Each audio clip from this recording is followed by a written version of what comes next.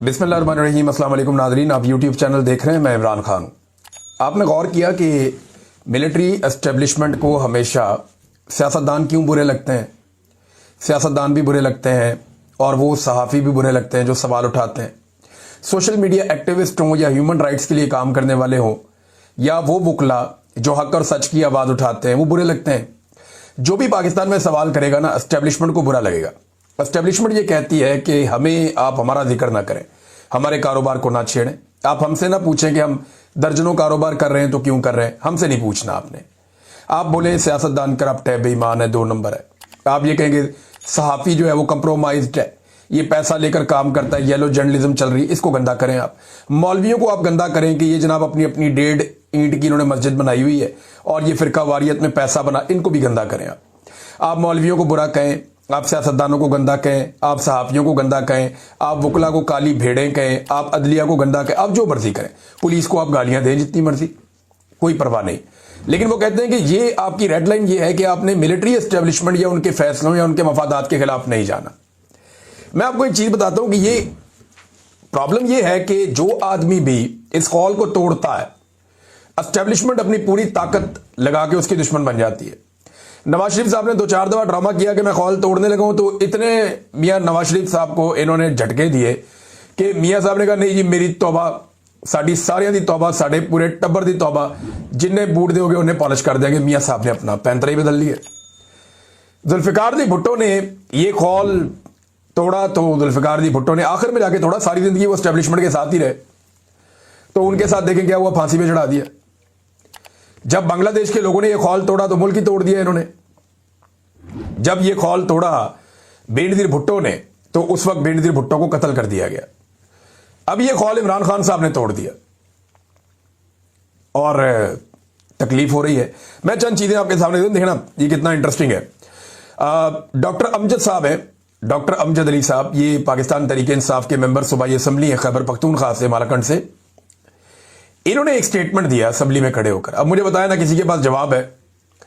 DG ISPR की पूरी press conference घंटों वो बोलते रहे, वो 2 जुमलों में बांट के रख दी डॉक्टर अमजद अली ने। क्योंकि याद रखिएगा, फौजी का काम सिर्फ लड़ाई करना होता है, बयानियां बनाना नहीं होता। वो बना ही नहीं सकता, उसका काम ही नहीं है बेचारे का। ना फौजी कारोबार कर सकता, कब्जा कर सकता, कारोबार नहीं कर सकता।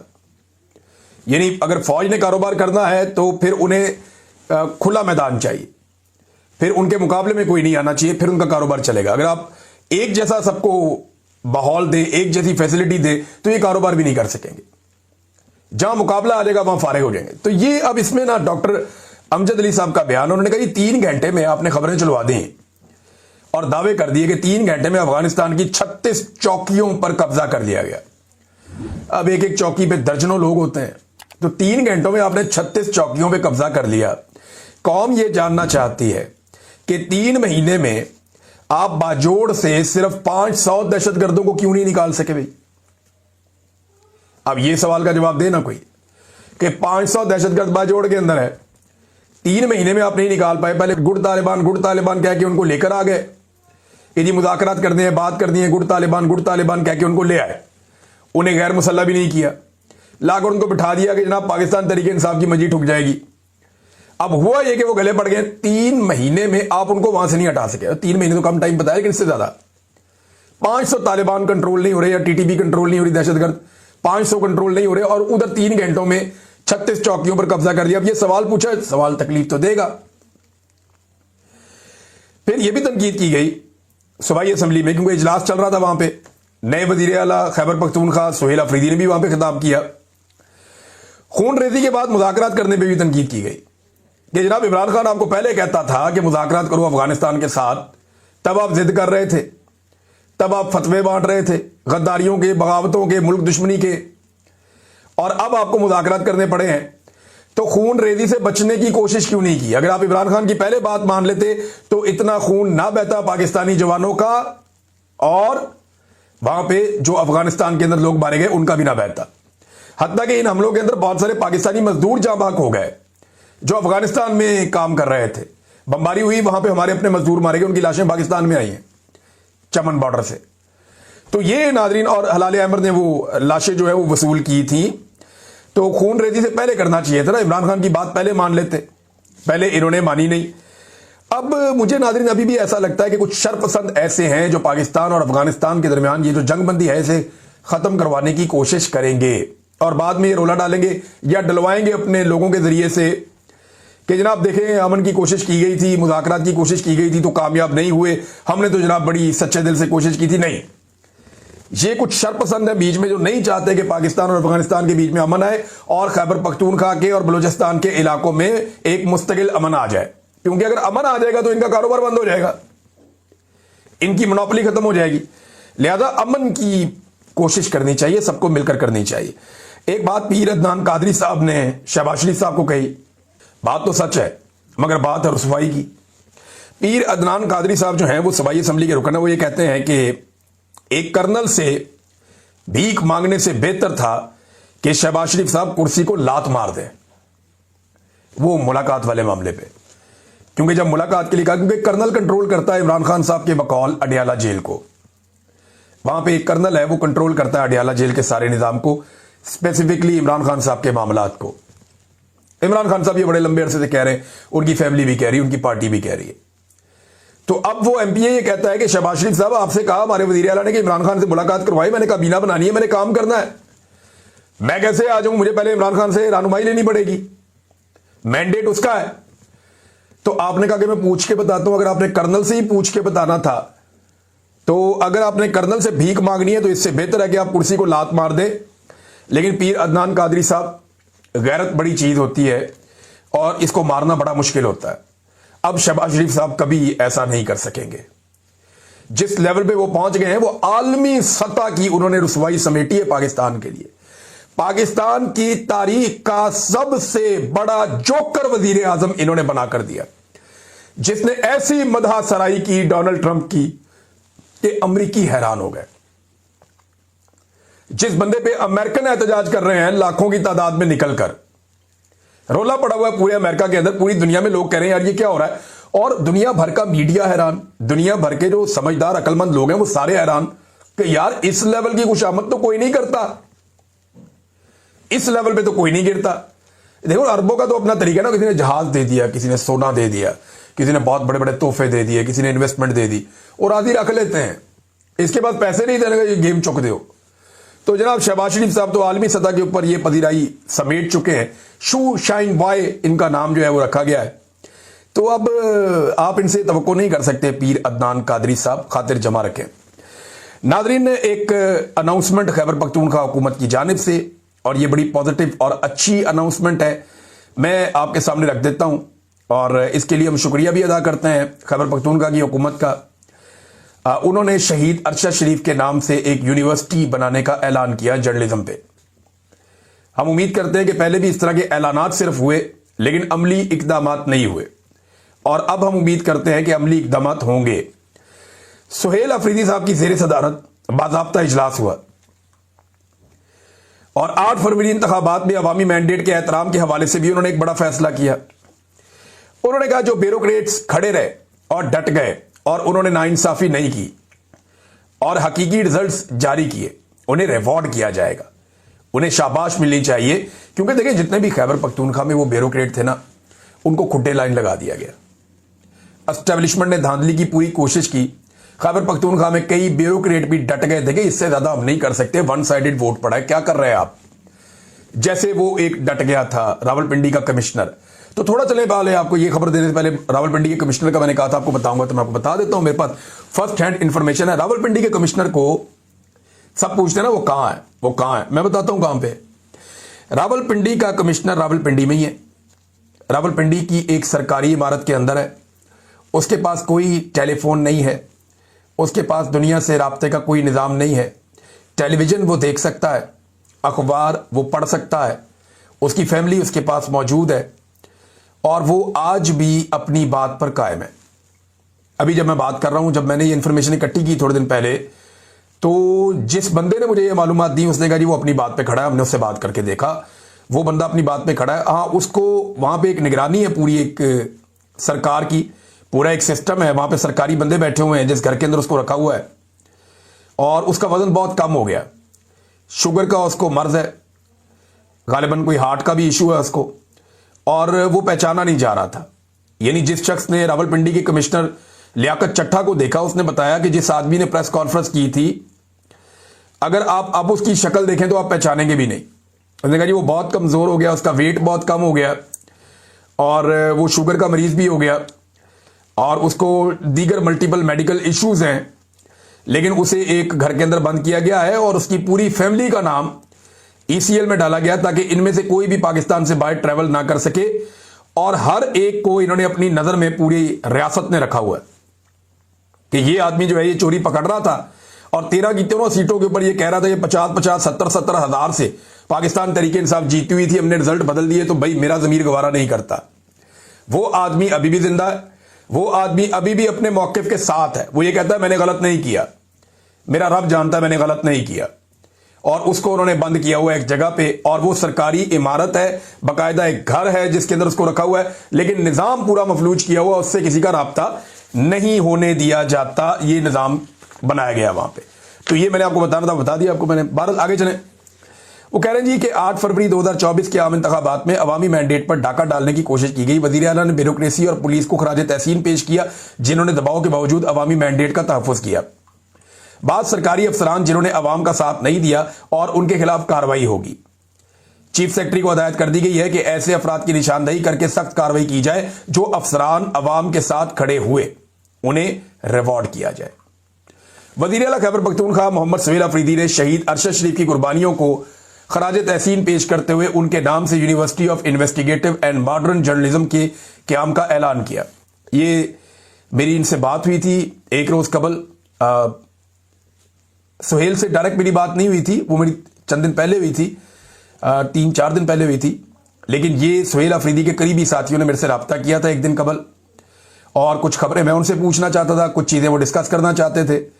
तो मैंने उनसे ये गुजारिश की थी कि आप शहीद अरशद शरीफ के नाम से कोई तालीमी इदारा या उसका कोई एक जो है वो पूरा एक जो सेक्शन होता है वो उनके नाम से आप मंसूब करें। माजी में इस तरह के अनाउंसमेंट हुए लेकिन अमली तौर पे ऐसा नहीं किया जा सका। तो हम ये उम्मीद करते हैं कि अब क्योंकि एक नया वजीर आला है तो हमारे शहीद को उसका मुकाम दिया जाएगा, कम से कम खैबर पख्तूनख्वा में जहां पे एक अवामी हुकूमत है। तो इस पे उन्होंने, जो मेरे दोस्त थे, उन्होंने वादा किया और अब सुहेल अफरीदी साहब ने यह अनाउंसमेंट की है। वो मुझे बड़ी खुशी है इस बात की। फिर उन्होंने कहा शफाफियत, मेरिट और करप्शन फ्री गवर्नेंस के हवाले से अहम इकदाम किए जाएंगे। करप्शन के खिलाफ जीरो टॉलरेंस पॉलिसी होगी, सख्ती से अमल दरामद किया जाएगा। मैं रवायती अंदाज में काम करने नहीं आया, हकीकी तब्दीली लानी है ताकि अवाम को एहसास हो कि उनका वोट जाया नहीं हुआ। सियासी आजादी होगी खैबर पख्तूनख्वा में, और आईनी हुकूक के हवाले से अहम इकदाम उन्होंने किए। सूबे में 3 MPO के तहत किसी सियासी कारकुन को गिरफ्तार नहीं किया जाएगा, चाहे वो PTM का है, चाहे फजलुर रहमान का है, चाहे ANP का है, चाहे किसी भी जमात का है। 3 MPO के तहत किसी को भी सूबे में गिरफ्तार नहीं किया जाएगा। आजादी इजहार राय हर शहरी का बुनियादी आईनी हक है। सियासी FIR के तहत किसी सियासी कारकुन को या सहाफी को किसी को हरासा नहीं किया जाएगा, गिरफ्तार नहीं किया जाएगा। सूबे के मखसूस सियासी कल्चर को बरकरार रखा जाएगा। ये जनाब सुहेल अफरीदी ने अनाउंसमेंट की है। तो हमारी तरफ से तो बहुत शुक्रिया जी। शहीद अरशद शरीफ की बरसी आ रही है 23 अक्टूबर को। इस हवाले से हमने यहाँ बरतानिया में एक प्रोग्राम किया, सुना कुछ और प्रोग्राम भी होने जा रहे हैं। और इसके अलावा ये जो खैबर पख्तूनख्वा की हुकूमत ने कदम उठाया, सोशल मीडिया पे अगर आप आज खोलें और देखें तो हर तरफ शहीद अरशद शरीफ नजर आता है। क्योंकि देखें, उसे कत्ल करने वाले ये जानते हैं कि एक दिन वो कानून के कटहरे में आ जाएंगे। वो जो मर्जी कर ले, जितनी मर्जी जाली इंक्वायरियां करवा ले, जितनी मर्जी फाइलें बंद करवा ले, एक दिन ये कुर्सी उनके साथ नहीं रहेगी। लेकिन हम लोग यहां पाकिस्तानी मौजूद रहेंगे और पाकिस्तानी अपने इस शहीद का हिसाब लेंगे, और इन्हें हिसाब देना पड़ेगा। ऐसा नहीं है कि ये बच जाएंगे। नाज़रीन, पाकिस्तान और अफगानिस्तान की जो जंगबंदी हुई है ना, इसमें एक चीज हमें अपने ध्यान में रखनी पड़ेगी कि चाइना ने दोनों मुल्कों पे इन्वेस्ट किया हुआ है। 50-60 अरब डॉलर चाइना ने पाकिस्तान पे लगाया हुआ है। एग्जैक्ट फिगर मैं निकालूंगा किसी टाइम। और अफगानिस्तान के ऊपर भी चाइना ने टिका के इन्वेस्टमेंट की हुई है। अब दोनों मुल्कों पे चाइना ने पैसा लगाया हुआ है, तो वो क्यों चाहेगा कि ये दोनों मुल्क आपस में लड़के इंफ्रास्ट्रक्चर को तबाह करें? सबसे बड़ा प्रॉब्लम जो है ना, वो इस रीजन का जायंट चाइना है। तो चाइना का प्रॉब्लम यह है कि हमने तो पाकिस्तान पे पैसा लगाया हुआ है, हमने अफगानिस्तान पे भी पैसा लगाया हुआ है। हम तो यहां से ट्रेड करना चाहते हैं, तिजारत करना चाहते हैं। ये एक दूसरे से अगर दुश्मनी पैदा करेंगे तो ट्रेड कैसे होगी? यानी चाइना तो यहां से गुजर जाएगा, लेकिन माहौल वो नहीं होगा ना तिजारत वाला, और दीगर मसाइल पैदा हो जाएंगे। तो चाइना को बड़ी तशवीश थी। अब चाइना राजी है कि इनके दरमियान एक सीज फायर हो गई है और ये सीज फायर बरकरार रहे उतना ही अच्छा है। आर्मी चीफ की एक्सटेंशन के दिन जैसे जैसे करीब आ रहे हैं नाजरीन, सब उसमें से अपना हिस्सा निकालना चाहते हैं। बहुत सारे ड्रामे पाकिस्तान में शुरू हो गए हैं। पहला ड्रामा आपने फजल रहमान साहब का देखा, फिर आपने देखा कि एमल वली खान ने बड़े सख्त अल्फाज बोले, लेकिन उसके बाद फिर उन्होंने माजरत कर ली। फिर ANP है, MQM है, पीपल्स पार्टी है, आजकल सारे अपना अपना प्रेशर डाल रहे हैं। पीपल्स पार्टी ने 1 महीने का टाइम दिया, यानी 20 नवंबर तक का, क्योंकि 29 नवंबर को 28 नवंबर को जाके अनाउंसमेंट और 29 नवंबर को ये कंटिन्यू करेंगे आर्मी चीफ आसिम मुनीर साहब। लिहाजा पीपल्स पार्टी ने भी अपना मार्जिन रखा। तो सब इसमें से ज्यादा कमाना चाहते हैं। देखिए इतनी बड़ी कमाई होती है, एक्सटेंशन मिल जाए किसी आदमी को तो मुल्क अगले टन्योर के लिए उस आदमी की मुट्ठी में आ जाता है। पूरा मुल्क वो स्याह और सफेद का मालिक बन जाता है। वो जो चाहता है वो करता है। ये कारोबार बंद कर दो, ये वाला चला दो, जो चाहता है इस मुल्क से ताल्लुकात बना लो, इससे बिगाड़ दो, जो चाहता है। ये वजीर आजम वगैरह सदर पाकिस्तान सारी कठपुतलियां हैं, ये लटरम पटरम होते हैं पाकिस्तान में। फिलहाल जो आदमी खड़े होने की कोशिश करता है उसका इमरान खान जैसा हाल करती है पाकिस्तान की मिलिट्री एस्टेब्लिशमेंट। लेकिन पहली दफा इनको टक्कर के लोग मिले, ये भी हम देख रहे हैं। अच्छा, अब इसमें जो है ना वो सारे अपना अपना हिस्सा निकालना चाहते हैं और अपना अपना जोर लगा रहे हैं। लेकिन जो भी काम ये करते हैं काम उल्टा हो जाता है। मौजूदा हुक्मरानों की मैं बात कर रहा हूं। देखें इन्होंने कितना क्रेडिट लिया। जब आप क्रेडिट लेते हैं किसी चीज का तो उसमें जो खराबी पैदा होती है उसकी जिम्मेदारी भी फिर आपको लेनी होती है। यानी कोई काम हो रहा है तो आप कह रहे हैं जी बहुत अच्छा हो रहा है, ये मैंने किया है, और जैसे ही इसके अंदर खराबी पैदा हो जाए तो आप चुप करके नहीं बैठ सकते, फिर आपको यह भी कहना पड़ता है कि ये बुरा हुआ, मैं इसकी जिम्मेदारी लेता हूं। तो अब शहबाज शरीफ को और फील्ड मार्शल को, जिन्होंने इसका बहुत क्रेडिट पाकिस्तान में लिया और सबको कहा कि ये क्रेडिट हमें दें, और डोनाल्ड ट्रंप की तारीफें भी की कि जनाब गजा में जंगबंदी करवाई है, अब वो जिम्मेदारी भी लें जो इस वक्त कत्लेआम गजा में हो रहा है। यानी जो इतलात आ रही है उसमें 300 से ज्यादा फलस्तीनियों को जंगबंदी के बाद से अब तक निशाना बनाया है इसराइल ने, और लगभग 80 मरतबा हमले किए गए हैं, जिनमें 20 मुकामात पर फिदाई हमले किए गए हैं, यानी हवा से मिसाइल दागे गए। ये इस वक्त गाजा में हो रहा है। जो इमदादी सरगर्मियां चंद घंटों के लिए शुरू हुई थी या चंद दिनों के लिए कि जनाब तमाम जो इसराइली हैं जिनको कैद किया था हमास ने वो वापस मिल जाएं, लाशें वापस मिल जाएं, तो जब तक वो मिल रही थी तब तक इमदाद खुली हुई थी। साथ ही इमदाद बंद कर दी और उन्होंने स्टेटमेंट भी दे दिया कि अब गाजा को फिर जहन्नुम बना देना चाहिए, उनके वजीर ने कहा। तो अब इसकी जिम्मेदारी भी कबूल करें ना पाकिस्तान के वजीर आजम, पाकिस्तान के फील्ड मार्शल, ये सब लोग जो कह रहे थे कि बिगिनिंग से यानी शुरू से ही हम ट्रंप के साथ हैं, अब इसकी जिम्मेदारी भी कबूल करें। दूसरा, डोनाल्ड ट्रंप से जब यह सवाल किया गया और उससे पूछा गया, जर्नलिस्ट ने पूछा कि जनाब गजा में बमबारी हो रही है, वहां पे देखा कहां बमबारी हो रही है, गजा में बमबारी हो रही है, लास्ट नाइट भी हुई है, अभी हो रही है। तो जब ट्रंप को हकायक बताया तो ट्रंप ने इसका जवाब नहीं दिया। उसने कहा जी इसके ऊपर हम देख रहे हैं, फिर बाद में बात करेंगे। अभी कोई जवाब था नहीं, उसने खुद लाइल्मी का इजहार किया। लेकिन आप चीजों में पर्दा तो नहीं रह सकता, अब रिस्पॉन्सिबिलिटी लेनी पड़ेगी। नाज़रीन, हमारे दोस्त हैं पाकिस्तान में, अमीर अब्बास साहब, आप सब उन्हें जानते हैं, बड़े अच्छे जर्नलिस्ट हैं, मैंने उनके साथ काम किया काफी अरसा। वो बहुत बहादुर आदमी है और बहुत उसूल पसंद आदमी है। यानी अमीर अब्बास उन चंद लोगों में से एक है जो नताइज की परवाह किए बगैर मैदान में आता है। तो अमीर अब्बास साहब को एक मरतबा फिर, ये पहली दफा नहीं है, पहले कई दफा उनके साथ ये हुआ, एक मरतबा फिर अमीर अब्बास साहब को नौकरी से फारिग कर दिया गया। ये बहुत मजबूत असाब का मालिक है, ये भी इनसे नहीं टूटेगा। और मजे की बात यह है कि कई लोगों को जब नौकरियों से फारिग किया जाता है तो वो खामोश रहते हैं और अपने वक्त का इंतजार करते हैं। हर एक की अपनी स्ट्रेटजी होती है ना। ये अमीर अब्बास वो भी नहीं है, ये चुप करके नहीं बैठेगा, ना ये अपनी बारी का इंतजार करेगा। ये मुजाहमत में बिलीव करने वाला आदमी है, जितना मैं अमीर अब्बास को जानता हूं। तो अमीर अब्बास को एक मरतबा फिर फारिग करके इन्होंने एक और अपने पांव पे कुल्हाड़ा मारा है, हमारे एक और साथी को इन्होंने निशाना बनाया है, और यह सिलसिला बड़े लंबे अरसे से जारी है। लेकिन एक दिन आएगा ये भुगतेंगे। नादरीन, जो 26वीं आईनी तरमीम का केस चल रहा है ना आईनी अदालत में, वो बड़ा दिलचस्प रुख इख्तियार कर रहा है।